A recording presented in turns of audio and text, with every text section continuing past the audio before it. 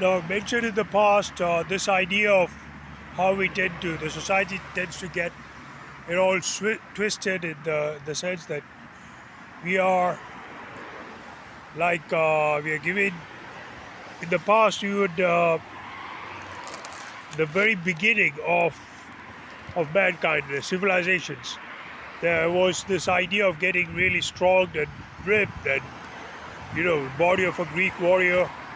The idea was not just, I mean, obviously strength was a concern because of what they did, but it was the opposite to nowadays people being obsessed with having a six-pack abs and showing it off and stuff, which is pretty irrelevant if you're like barely making it to, like, some people in their 60s and 70s, they end up needing, because of sarcopenia and all that stuff, they end up needing help for carrying out day-to-day tasks, which is, I think, lack of a better word, is just, I would say, should be unbearable for whoever gets there. And I think although there's this pharmaceutical industry and, the longevity science and scientists and offering all this kind of NAD, NMN, mitochondrial boosts and AMPK, all this kind of stuff, we barely know what are the limits to it, and if they live up to those standards that they offer, that they promise so boastfully. And it seems like, the best is yet to come, because they're finding out more and more about how longevity science is helping people already. Now, personally, I think, compared to my childhood friends and, people I've grew up with, uh, I've stood out always in terms of the amount of energy and strength.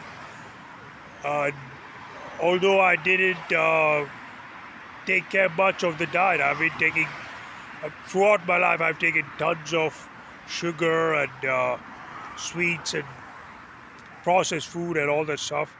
And I also remember a very close friend of mine, one of my best friends from childhood, barely made it to 30s. However, I stood out from everyone else, and still kind of, to a surprising level, there's times where I've been able to outperform practically everyone I know in terms of strength. And you may not be able to say that if you ran into me like at the street, you'd probably think like not the sturdiest person, or like, obviously I don't look like Arnold Schwarzenegger or like the Conan the Barbarian kind of thing. But I think it all boils down to one thing, that is, it is, although, I mean, I think in terms of genetics and diet, I've been tremendously lucky, to say the least. I think lucky is a understatement. But it's because of,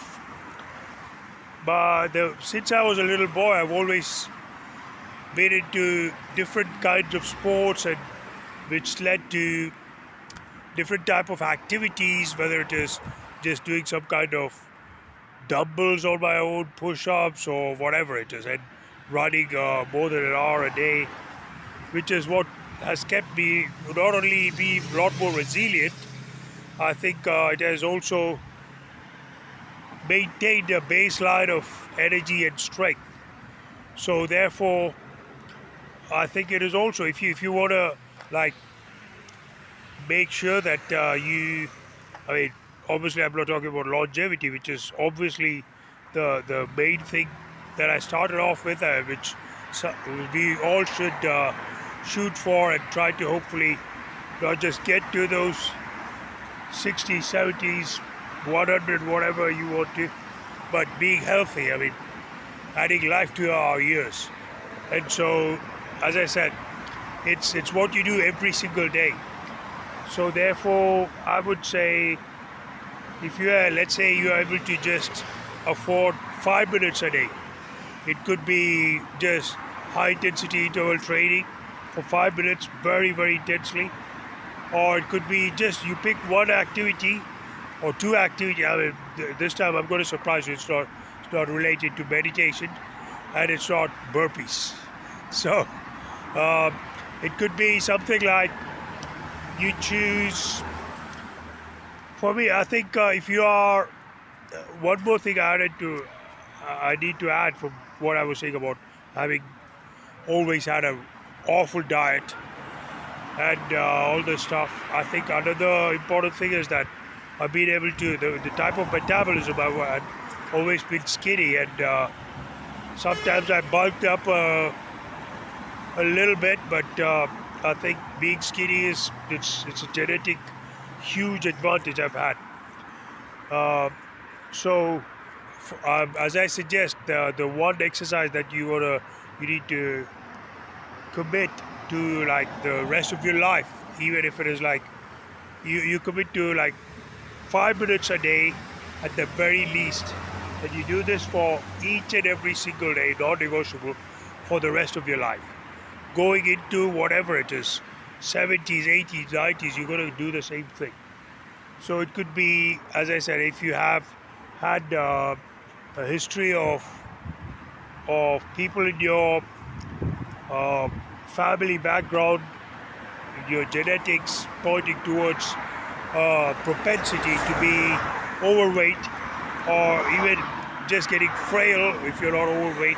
For example, I know somebody personally, like an acquaintance of mine, whose uncle who's like barely in his 60s started needing, like in his early 60s, he started needing some family help or somebody, a caregiver, to help him with just having a shower, which is, I think it's really, really sad. So to avoid such kind of, if you have predisposition to be overweight, I would suggest you do jumping jacks for like, if you can commit to 5 minutes, then so be it. If not, let's say if you can do it for a bit longer, I would add also skipping rope. But if you can only do one thing and you're not, you want to make sure that you also get a strong body and it's not just keeping extra weight away, I suggest you do jump squats. And as you do a surplus of whatever your target is, like well, if you've done it like shorter than within 5 minutes, then you do a little bit of overhead squats also. But as I insist, it has to be something that you commit for the rest of your life. The first thing in the morning, and you want to make sure you make it a non-negotiable. Don't skip a single